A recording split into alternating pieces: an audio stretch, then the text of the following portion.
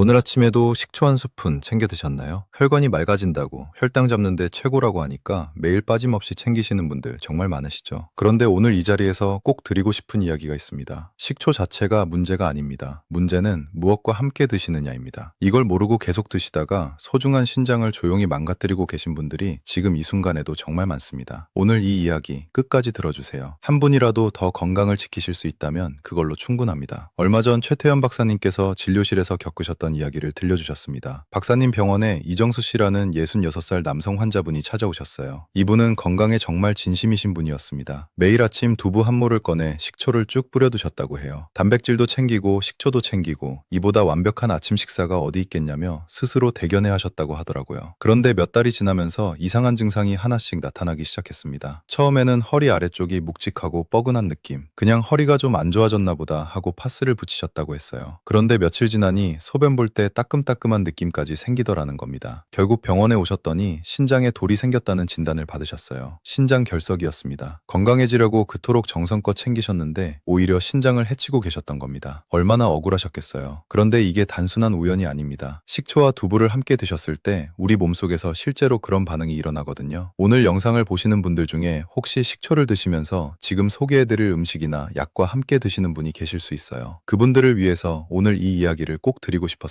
오늘은 식초와 함께 드시면 신장을 망치는 최악의 조합 5가지를 하나씩 꼼꼼하게 알려드릴 겁니다. 신장뿐 아니라 위장, 혈압, 고지혈증까지 서로 어떻게 얽혀서 우리 몸에 영향을 미치는지도 함께 짚어드릴 거예요. 그리고 마지막에는 식초를 안전하게 드시는 올바른 방법과 신장에 훨씬 부담이 적은 대체 식품까지 알려드릴 테니 끝까지 꼭 함께 해주세요. 오늘 이 내용, 아는 것과 모르는 것의 차이가 신장 건강을 완전히 바꿔놓을 수 있습니다. 그런데 본격적으로 시작하기 전에 한 가지만 여쭤볼게요. 지금 식초를 드시고 계신 분은 어떤 식초를 즐겨 드시는지, 또 드시다가 속이 불편해지셨거나 몸에 좋지 않은 변화를 느끼신 적이 있는 분은 어떤 경험을 하셨는지 댓글로 편하게 한 줄만 남겨주세요. 여러분의 이야기가 다른 분들께 정말 큰 도움이 됩니다. 자, 최악의 조합 첫 번째부터 바로 시작하겠습니다. 첫 번째는 식초와 두부입니다. 두부, 정말 좋은 식품이죠. 소화도 잘 되고 단백질도 풍부하고 가격도 부담 없고 어떻게 드셔도 맛있습니다. 나이 드실수록 고기 드시기 부담스러우실 때 두부로 단백질을 보충하시는 분들이 참 많으시죠. 연두부로 드셔도 좋고 구워서 드셔도 좋고 찌개에 넣어도 맛있고요. 거기다 식초도 좋습니다. 혈관에 좋고 소화를 돕고 건강에 도움이 된다는 것 맞는 말이에요. 그런데 이 두 가지가 한 끼 식사에 함께 들어오면 그때부터 문제가 시작됩니다.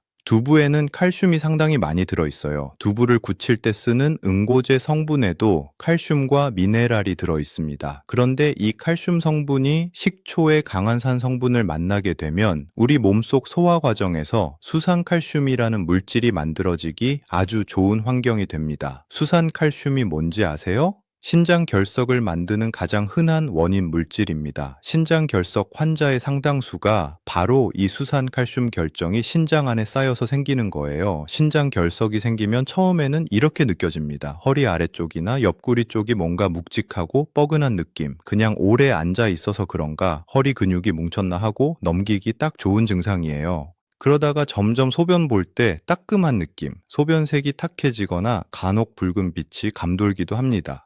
이 단계에서 병원을 찾으면 이미 돌이 제법 크게 자라 있는 경우가 많아요. 심할 경우에는 극심한 통증이 갑자기 밀려와서 응급실까지 가야 하는 상황이 생기기도 합니다. 나이 드신 분들한테 이런 상황이 오면 몸도 힘들고 마음도 정말 지치는 경험이에요. 무엇보다 신장은 소리 없이 손상이 진행되기 때문에 더 무섭습니다. 당뇨가 있으시거나 나이가 많으실수록 신장 결석이 생기는 위험이 더 높아요. 신장은 한번 손상이 시작되면 회복이 정말 더딘 장기입니다. 건강을 위해 열심히 챙기신 두부와 식초가 소중한 신장을 해치고 있었다면 얼마나 마음이 쓰리시겠어요. 두부 드실 때는 식초를 뿌리는 대신 들기름이나 참기름 또는 저염 간장을 살짝 찍어 드시는 것이 훨씬 안전하고 맛도 좋습니다. 이 조합은 풍미도 훌륭하고 신장에 전혀 부담이 없으니 안심하고 드실 수 있어요. 두부와 식초를 이미 꽤 오래 드셔왔다 하시는 분 너무 걱정하실 필요는 없습니다. 오늘부터 바꾸시면 됩니다. 신장은 우리가 잘 챙겨주면 더 이상 나빠지는 것을 막을 수 있거든요. 두 번째는 식초와 혈압약입니다. 고혈압이 있으신 분들 혈압약 꼬박꼬박 잘 드시고 계시죠? 정말 잘하시는 겁니다. 혈압은 조용히 혈관을 갉아먹는 병이라서 증상이 없어도 꾸준히 관리해야 합니다. 혈압약은 절대 마음대로 끊거나 건너뛰시면 안 되는 약이에요. 오늘 좀 괜찮은 것 같다고 하루쯤 걸러도 되겠지 하시는 분들 계신데 혈압은 눈에 보이는 증상이 없을 때 더 위험하다는 사실 꼭 기억해 주세요. 그런데 혈압약을 드시면서 동시에 건강을 위해 식초를 함께 챙기시는 분들이 있어요. 이 조합이 예상치 못한 문제를 만들어낼 수 있습니다. 식초 자체에 혈압을 낮추는데 도움을 줄 수 있는 성분이 들어있다고 알려져 있어요. 혈관을 부드럽게 해서 혈압이 자연스럽게 내려가도록 돕는 역할을 할 수 있다는 거죠. 그런데 생각해 보세요.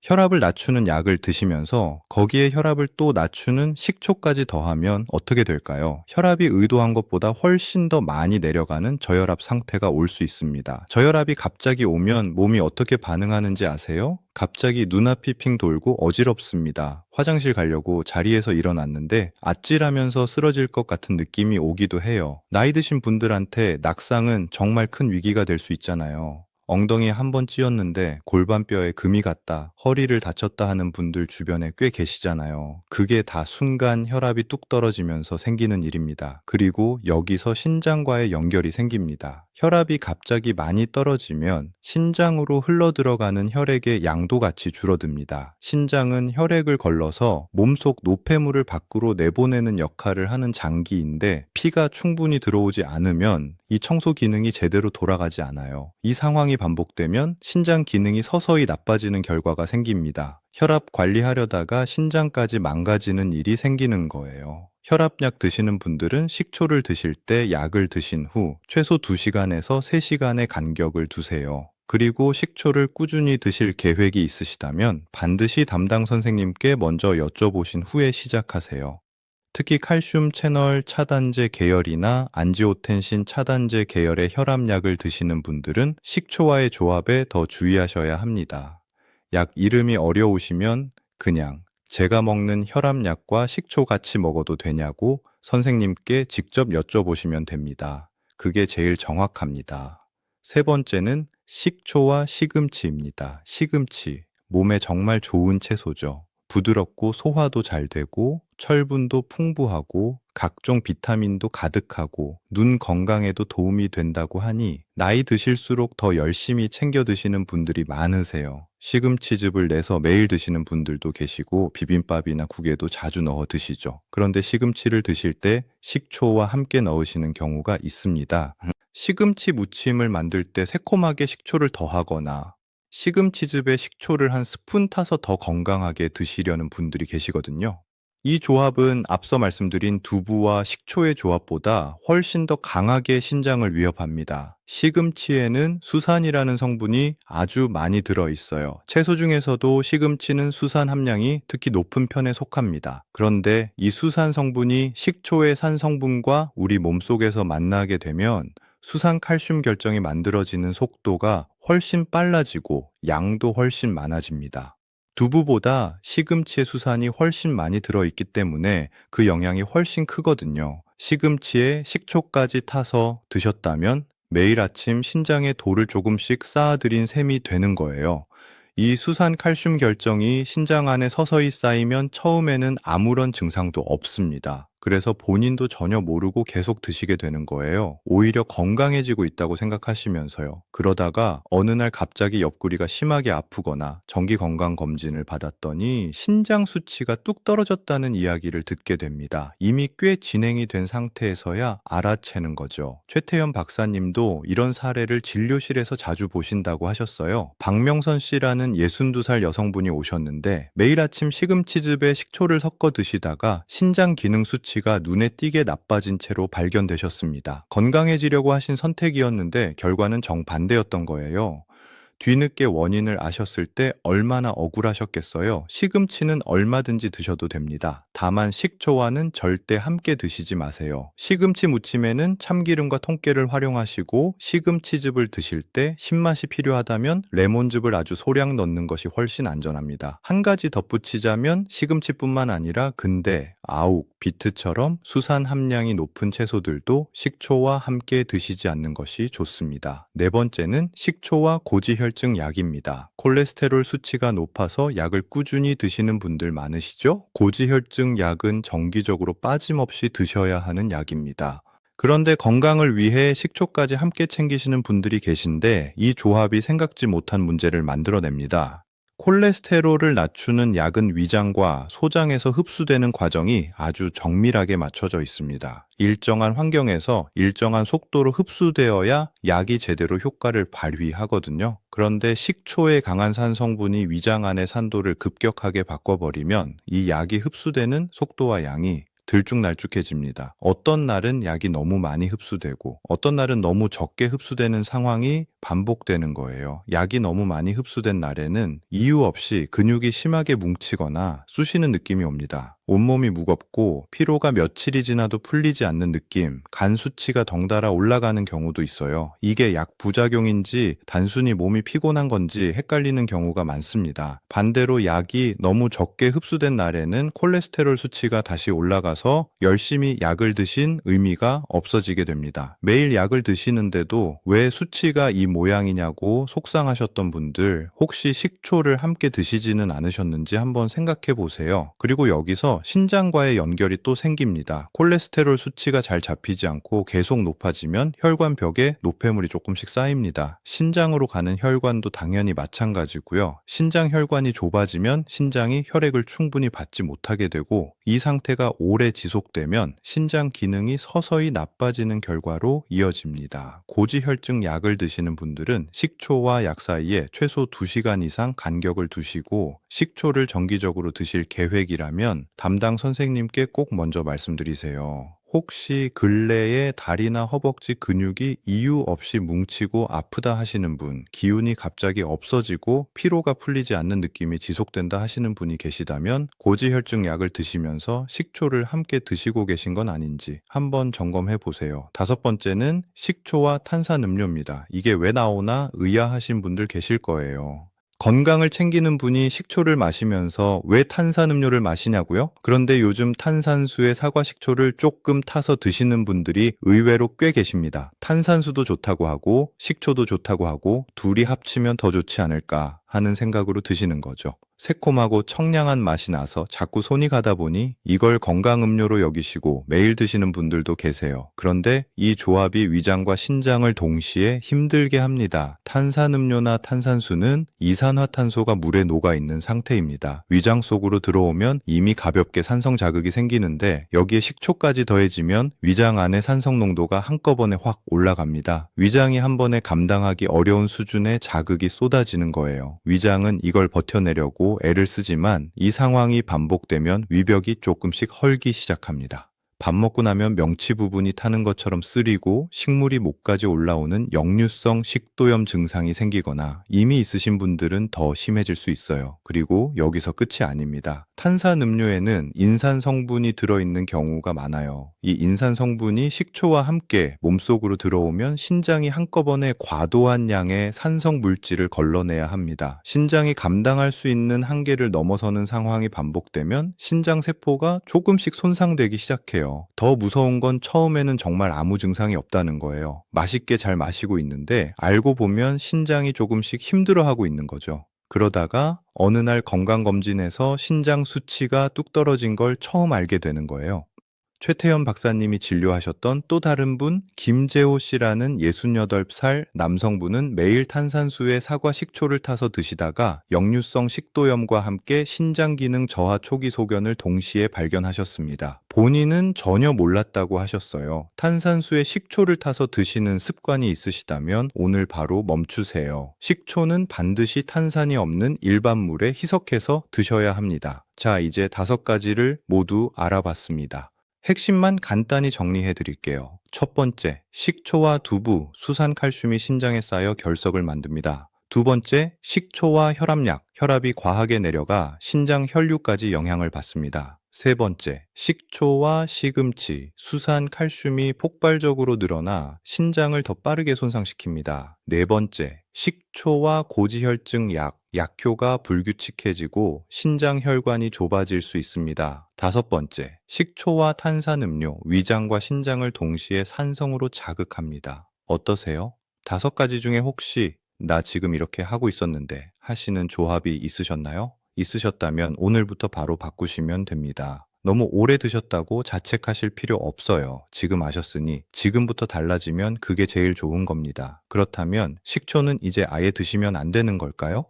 아닙니다. 올바른 방법으로 드시면 식초는 분명히 건강에 도움이 됩니다. 혈당 조절, 소화 촉진, 피로 해소에 도움이 된다는 것은 여러 연구에서도 확인된 사실입니다. 문제는 드시는 방법과 함께 드시는 것들이에요. 딱 네 가지만 기억하세요. 첫째, 반드시 물에 희석해서 드세요. 식초 원액을 그냥 드시면 위장과 식도에 직접 강한 자극이 갑니다. 물 200에서 250ml에 식초는 밥숟가락으로 한 스푼이면 충분합니다. 처음 드시는 분들은 반 스푼부터 시작하셔서 몸이 천천히 적응하게 해주세요. 식초 드시는 게 마치 독하게 참아야 하는 것처럼 느껴지신다면 그건 너무 진하게 드시고 계신다는 신호입니다. 둘째, 공복에는 절대 드시지 마세요. 빈속에 식초가 들어오면 위장이 받는 자극이 몇 배로 강해집니다. 식사 중간이나 식사를 마친 직후에 드시는 게 가장 안전합니다. 위장이 원래 약하신 분들, 역류성 식도염이 있으신 분들은 이 부분 특히 꼭 지켜주세요. 조금이라도 속이 쓰리다 싶으면 바로 멈추세요. 몸이 보내는 신호를 무시하지 마세요. 셋째, 드신 후에는 맹물로 입을 가볍게 헹궈주세요.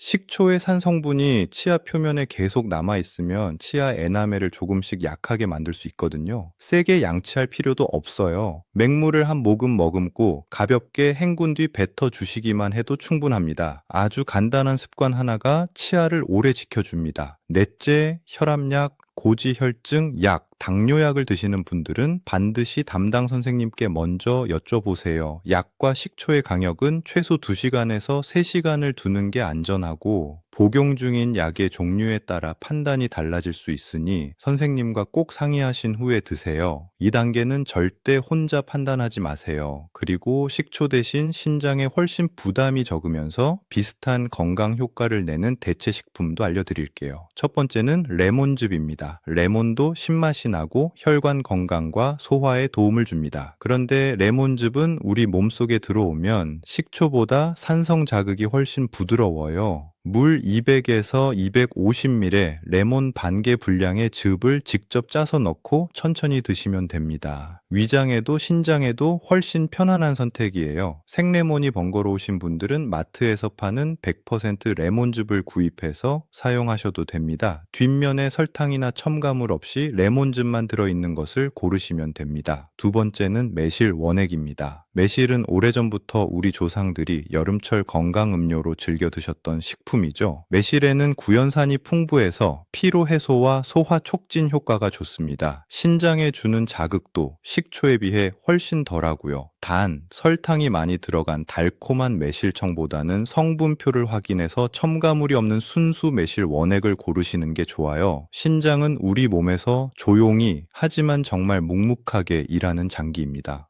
하루도 쉬지 않고 피를 걸러서 몸속 노폐물을 밖으로 내보내는 일을 하고 있어요. 그런데 아프다는 신호를 잘 보내지 않아요. 어지간히 손상이 진행되기 전까지는 증상이 거의 없어서 알아챘을 때는 이미 꽤 많이 나빠진 상태인 경우가 많습니다. 한번 나빠지면 되돌리기가 정말 어려운 장기예요.